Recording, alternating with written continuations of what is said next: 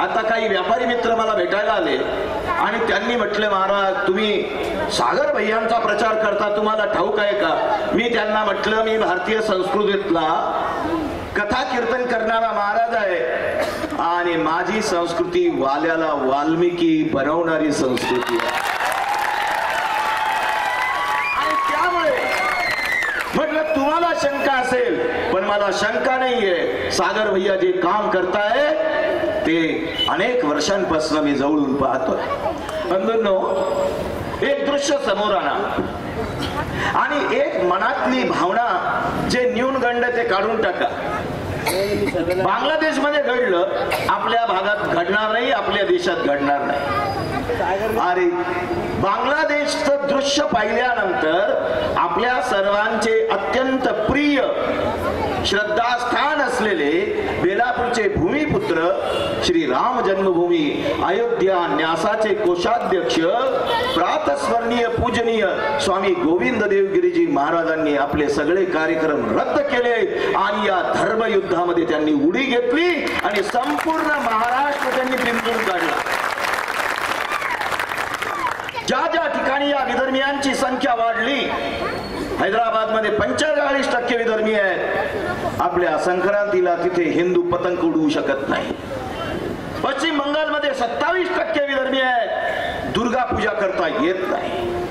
काश्मीर मध्ये 95% विधर्मी आहेत. हिंदूंना तिथून पलायन करावं लागलं आणि एकतर कापले गेले. आणि मग हे सगळं घडत असताना महाराष्ट्रात घडणार नाही असा जर गोड गैरसमज असेल तर तो कृपा करून काढून टाका. पुढचा काळ हा आपल्या करता युद्धाचा काळ असणार आहे आणि प्रत्येकाला या धर्मयुद्धामध्ये सहभागी व्हावं लागणार आहे. अरे विधर्मी खुलेआम सांगताय, खुलेआम आम्हाला येऊ द्या, 15 मिनिटं फक्त पोलीस हटवा, मग पहा. ही हिम्मत कशामुळे होते?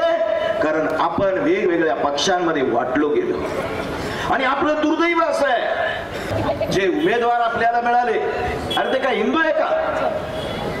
अरे ज्या माणसानं 3 वर्षापूर्वी हे बेलापूरचं गाव आहे, ते माझे सगळे स्वयंसेवक बंधू आहेत, असा उमेदवार तुम्हाला मान्य आहे का लादलेला?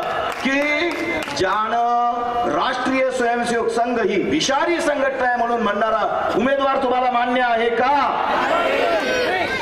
फटाके, उत्साही बेलापूरचं वातावरण असंच आहे, हिंदुत्वाला पोषक असलेलं वातावरण आहे. पण प्रत्यक्षात मतदानामध्ये मात्र लीड भलत्यालाच. आणि म्हणून गर्दीवर भाळू नका, सावध रहा, रात्र वैर्याची आहे. इथे बसलेल्या माझ्या सगळ्या युवा कार्यकर्त्यांना विनंती आहे, आपल्या या मातांना विनंती आहे, आयुष्यभर रांधा वाडा आणि उष्टी काढा हे काम आपल्याला करावं लागणार आहे. पण 20 तारखेचा स्वयंपाक 19 तारखेला सायंकाळी करा.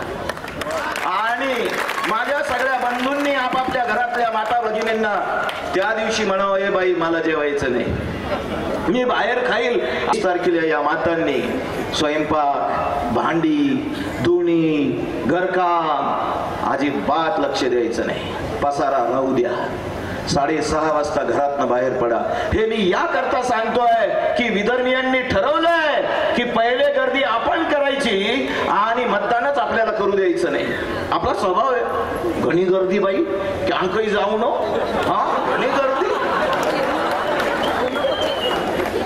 पदर कमरेला कोसा.